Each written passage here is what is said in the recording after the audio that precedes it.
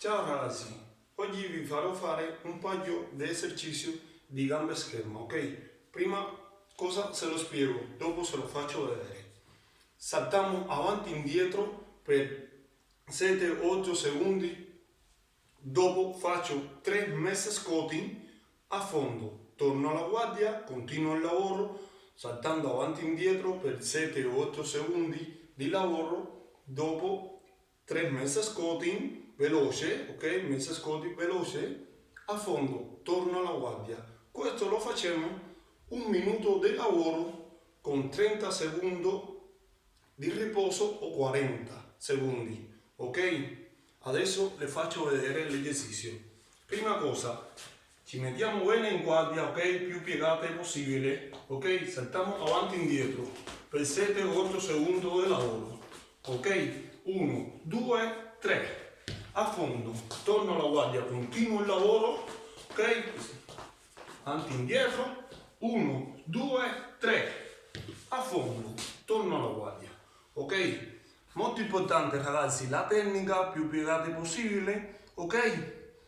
E faccio un buon affondo. Questo altro esercizio che faremo di gambe scherma, ok? Prima cosa ci mettiamo in guardia bene, più piegate possibile. Schivaso, preparazione a fondo. Torno alla guardia, schivaso, preparazione a fondo. Ok, molto tecnico e più piegate possibile. Questo è l'eschivaso, lo faremo per 10 secondi. Ok, preparazione a fondo, torno alla guardia, schivaso, 10 secondi, preparazione a fondo. Ok, questo lo faremo un minuto di lavoro con 30 secondi di pausa per 3 volte.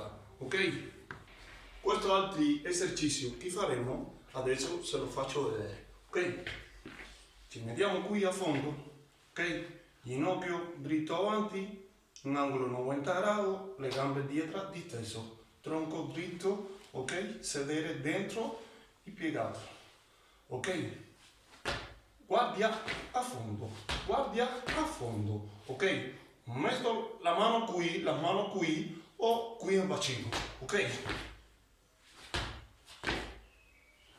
ok, questo lo faccio 10 volte alla destra e 10 volte alla sinistra, ok ragazzi, buon allenamento, ciao!